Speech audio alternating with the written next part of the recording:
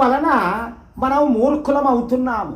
ఏ జ్ఞానము లేక కేవలం విగ్రహానికి వాడు చెప్పినట్టు టెంకాయలు, వాడు చెప్పినట్టు దక్షిణలు పూజలు చేయడం ఇంకా మా పని అయిపోయింది.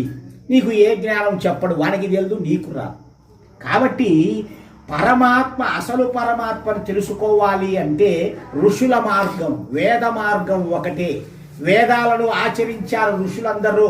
మన రాముడు, మన కృష్ణుడు, సీత, వాళ్ళందరూ కూడా దేవతలు అనబడే వాళ్ళందరూ, విశ్వామిత్రుడు, వశిష్ఠుడు, వాళ్ళందరూ కూడా ఆ ఓంకారాన్ని జపించి ఈ యజ్ఞాన్ని చేస్తూ గాయత్రి మంత్రాన్ని జపించి విశ్వామిత్రుడు గొప్ప ఋషి అయినాడు. సృష్టికి ప్రతి సృష్టి చేసేటటువంటి గొప్పవాడైనాడు.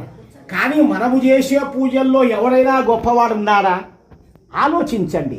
ప్రజలను మోసం చేసి డబ్బులు సంపాదించడం తప్ప, అబద్ధాలు చెప్తాడు, చేతుల్లో విభూతి తీస్తాడు, లింగాలు తీస్తాడు.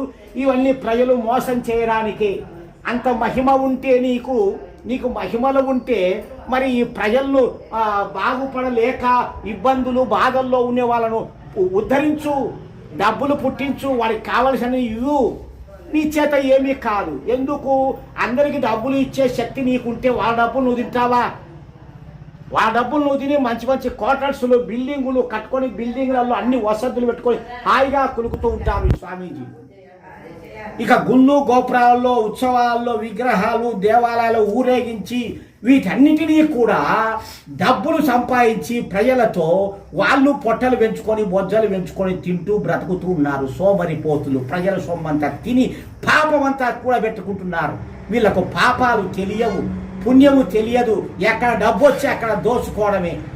పూజారులు, అయ్యవాళ్ళు ఎక్కడైనా చూసుకోండి, డబ్బు వచ్చే దోచుకోవడమే. ఇంత జ్ఞానం చెప్పేది రాదు.